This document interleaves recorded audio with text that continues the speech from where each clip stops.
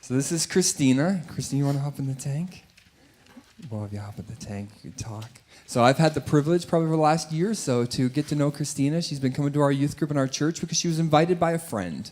And the Lord has worked in her heart and her life to the place where she's put her faith in Christ and has a desire to be baptized. And so I've asked Kristina if she wouldn't mind sharing her testimony with us today. When I was little, I went to church with my grandma and grandpa. When they moved to Arkansas, I stopped going because my parents never went to church.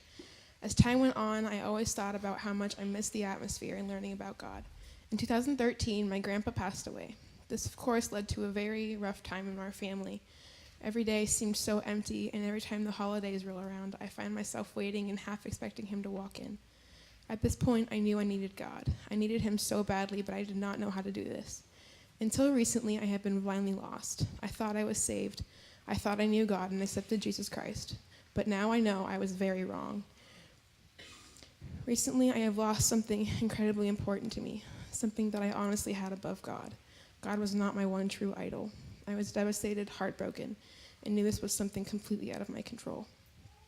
That following Sunday, I watched the service online, and it happened to be the Sin and the Sins Part 2. This was when Pastor Todd was preaching about sin and sin's consequences.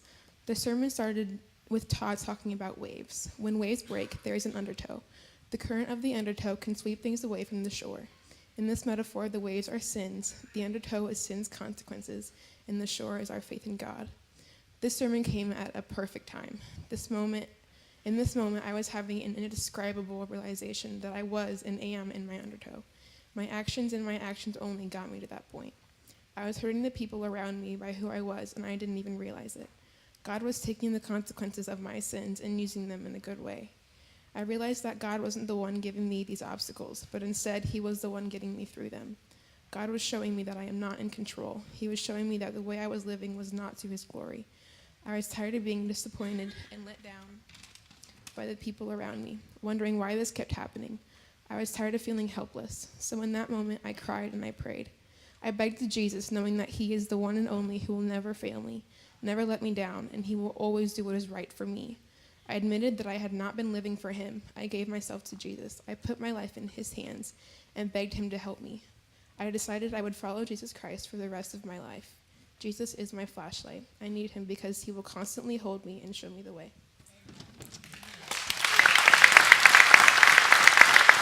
Kristina, that is beautiful. It's been such a privilege for me to get to know you the last year and to see God work in your heart, and it's been so evident. So Kristina, based upon your profession of faith, and it is your desire to be baptized because Christ has commanded that, it is Pastor Todd and I's privilege to baptize you. Scoot up a little bit. Kristina, based upon your profession of faith, it is our privilege to baptize you in the Father, Son, and the Holy Spirit. Amen.